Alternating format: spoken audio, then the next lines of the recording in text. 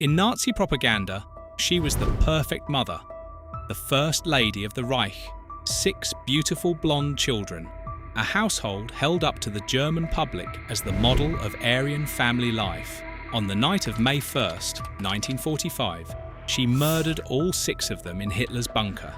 But the horror of Magda Goebbels isn't what most people think it is. Most people assume her husband, the propaganda minister, drove that decision. He didn't. She did. And once you understand why, the story becomes something much stranger than a Nazi fanatic going down with the ship. Before she was Magda Goebbels, she was Magda Friedländer, and almost nothing in her early life points toward what she became. She was born in Berlin in November 1901 as Johanna Maria Magdalena Behrendt. In 1908, when she was 7, her mother remarried a wealthy Jewish businessman named Richard Friedländer. He adopted her, gave her his name, and for the next decade she was known to teachers, to friends, and on every document she signed as Magda Friedländer. Her upbringing was anything but narrow. She attended a Catholic Ursuline convent school in Belgium, learned fluent French, and moved in the kind of cosmopolitan circles that would have looked, by the 1930s, like the exact opposite of Nazi ideology. Then, as a teenager, she fell in love. His name was Chaim Arlosoroff. He was the brother of one of her classmates, a brilliant young Jewish student in Berlin who would go on to become one of the most important Zionist leaders in pre-state Palestine. According to people who knew them both at the time, Magda wore a Star of David around her neck. She began learning Hebrew. She wanted to marry him, she wanted to convert to Judaism, and for a brief moment she even considered following him to the Middle East to help build a Jewish homeland. Think about that for a second. Of every Nazi wife who ever existed, Ilse Hess, Emmy Goering, Lena Heydrich, Margarete Himmler, not one of them has a biography that makes her eventual ideological commitment more incomprehensible than Magda's does. She was the Nazi wife who, on paper, should have been anything but a Nazi wife, which is why the question of what she finally did in that bunker doesn't start with her fanaticism. It starts with how she ever got to fanaticism in the first place. But before we trace that journey, there's a second assumption worth breaking. Most people, when they hear this story, assume the obvious. Joseph Goebbels was the propaganda minister. Joseph Goebbels was the fanatic whose voice filled German radios for 12 years. Joseph Goebbels must have been the one who decided that the children had to die with their parents in the bunker. He was the zealot. She was the mother. He pushed, she broke. The surviving record does not support that version. The SS dentist Helmut Kuntz, who was in the bunker during those final days, testified after the war that it was Magda, not Joseph, who pulled him aside on April 27, 1945, and asked him to help kill the children. According to her former sister-in-law, Elo Quandt, Magda had already been contemplating it a full month before. It was Magda who refused every offer to get the children out of Berlin, and her own farewell letter, written from the bunker and smuggled out before the end, opens with a striking admission that she was staying there against Daddy's will. Daddy, in her letter, meant Joseph. He had wanted her to leave. She refused him. On the specific question of whether the children lived or died, Joseph Goebbels was not the driver. He was the follower. And if dark corners of the Third Reich are your thing, hit subscribe before we keep going, because the answer to how Magda got to that decision is where this story turns genuinely strange. So how does a woman who learned Hebrew for her Jewish first love end up as the woman who would murder her 6 children for the Führer? The answer is a decade-long conversion, and it starts, almost absurdly, with boredom. At 19, Magda married Günther Quandt, one of the wealthiest industrialists in Germany. He was more than twice her age. Before the wedding, he insisted on one condition. She had to drop the Jewish-sounding Friedländer name. She agreed. She became Magda Quant, and for most of the 1920s, she lived the life of a rich German wife, had a son named Harold, and then, slowly, stopped loving her husband. The divorce came in 1929. What she did next, she did, by her own later description, out of restlessness. In 1930, adrift in Berlin and looking for something to believe in, she started attending Nazi rallies. She heard Joseph Goebbels speak. Then she met him. The chemistry was immediate, intense, and almost entirely overshadowed by what came next. Because the moment she walked into the inner circle, she became fixated on Hitler himself. She and Goebbels married in December 1931, with Hitler serving as one of the two official witnesses. The children began arriving almost immediately. One, then another, then another. They were photographed, displayed, and folded into the regime's image-making from the moment they were born. Hitler had no wife, no domestic life, no family of his own to hold up to the German public. The Goebbels family was engineered to fill that gap, which means the children Magda would later kill were, from the moment they were conceived, political objects. That's not a retrospective framing. That was the design.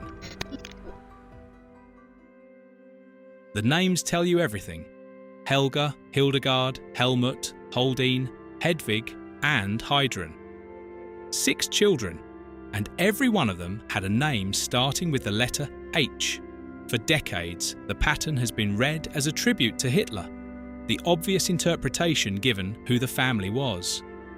Historians have noted one small complication, which is that Magda's first husband, Quant, also named his sons with H names, so the pattern may have started innocently before she leaned into the symbolism.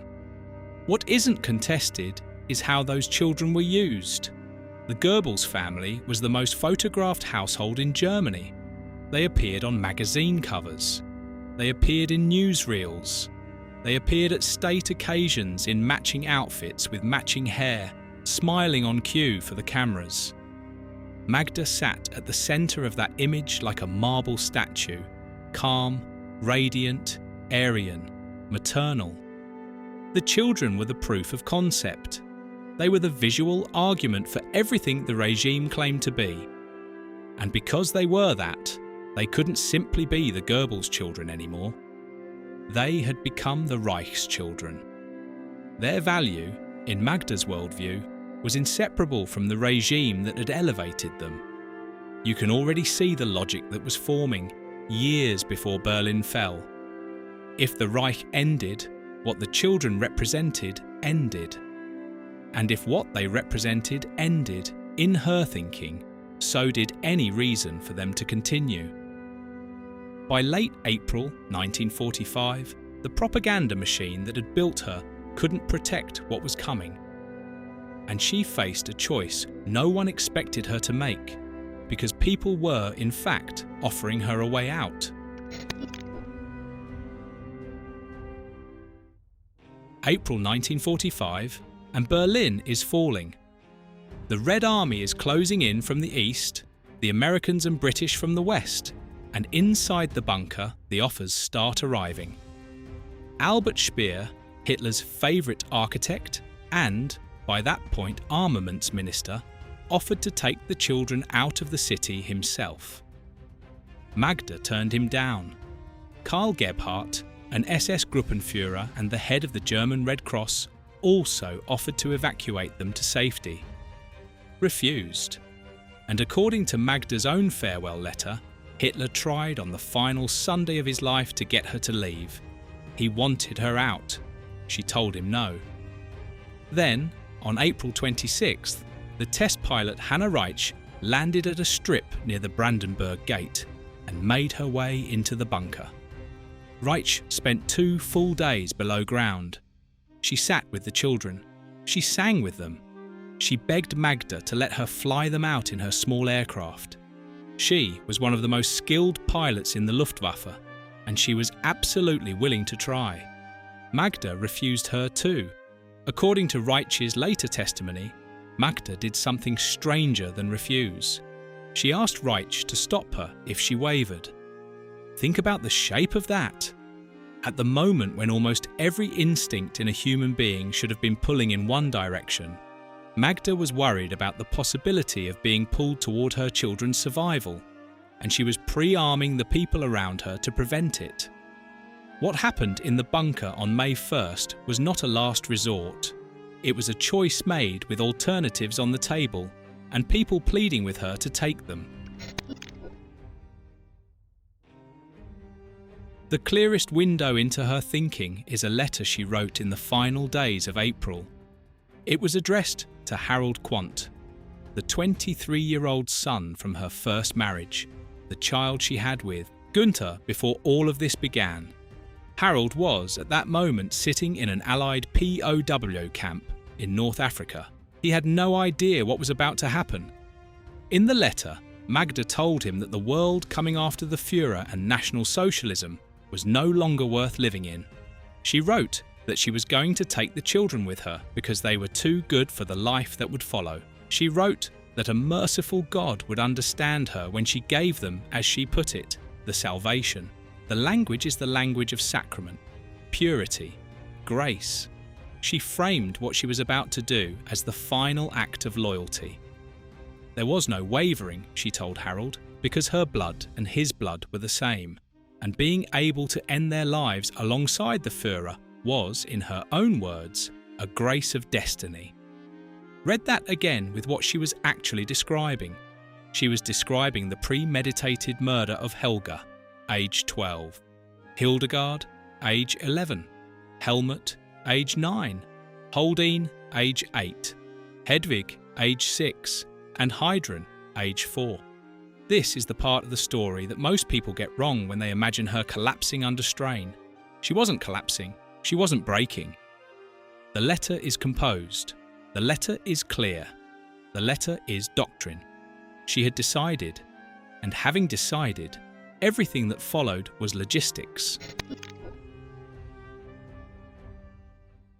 The Goebbels children had been moved into the Vorbunker, the upper level, connected by a short staircase to Hitler's Führer bunker below, on April 22, 1945.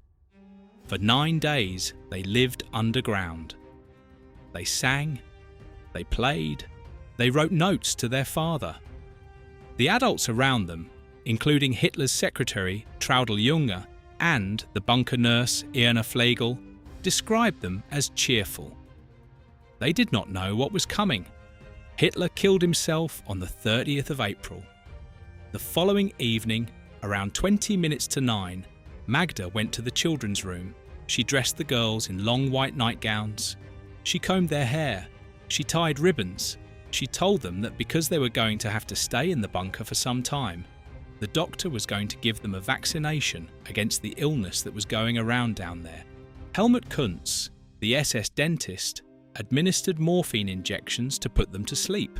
Some accounts, including one that reached the telephone operator Rokas Misch, suggest a sweetened drink may have been used instead by Hitler's physician, Ludwig Stumpfegger, and the exact sedation method is still debated.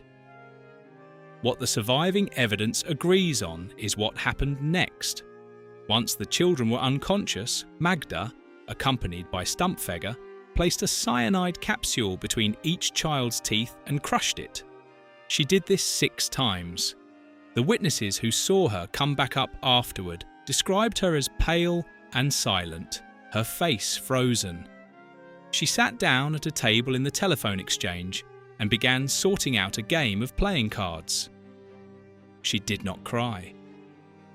The Soviet forensic team that entered the bunker on May 2nd opened autopsy file number 1477. 5 of the 6 children showed signs of having died in their sleep. The 6th, Helga, the eldest, 12 years old, had visible bruising on her face. Forensic investigators interpreted that bruising as evidence that she had woken up, or partially woken up, while the cyanide was being administered and had to be physically overpowered. She was old enough to understand what was happening. Every word in the farewell letter about merciful salvation and grace and purity collapses against that single forensic detail.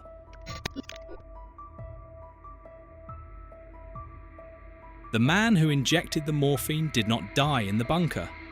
He was captured above ground by the Red Army on May 2nd, 1945, and his post-war story is, if anything, the most unsettling part of the entire case. Helmut Kuntz spent 7 years in Soviet investigative detention. In February 1952, a Moscow military tribunal sentenced him to 25 years in a labour camp for his role in the killing of the Goebbels children and for other wartime offences. He served 3 of those years. In October 1955, as part of Chancellor Adenauer's negotiated repatriation of the last German prisoners of war held in the Soviet Union, Kuntz was released and returned to West Germany. A new investigation was opened against him in 1959 on 6 counts of aiding and abetting homicide, 1 for each child. The West German court declined to convict. Kuntz returned to his dental practice in the small Black Forest town of Freudenstadt. By his patients' accounts, he was well liked, gentle, highly regarded. He died a free man on September 23, 1976, and was buried in the municipal cemetery in Division R. That is the part of the story that most histories of the bunker skip, the part where accountability simply didn't arrive. The deeper point, though, isn't about Kuntz, it's about Magda, and it's the point the whole story keeps pushing toward. Ideology strong enough to override the most primal instinct a mother has is not the mystery of some rare, uniquely evil human being. It's a mechanism, and it's a mechanism available to ordinary people. Magda's worldliness, her Catholic education, her Jewish adoptive father, her Zionist first love, none of those things turned out to be protection. Whatever protection exists, it was never going to live inside her personal history. It had to come from somewhere else. There is one person left in this story, Harold Quandt, her surviving son, the 23-year-old in the Allied POW camp. He was the one child who lived because he happened to be somewhere else when the bunker went dark. He received his mother's farewell letter in captivity. After the war, he came home, inherited a piece of the Quandt industrial empire, and became one of the wealthiest men in post-war Germany. For the rest of his life, he kept photographs of his half-siblings on display. He died in a plane crash in 1967 at the age of 45. Thanks for watching History Hangover. If you found this video insightful, check out our other deep dives into the hidden figures of the Third Reich. Like this video, subscribe, and hit the bell so you don't miss our next upload.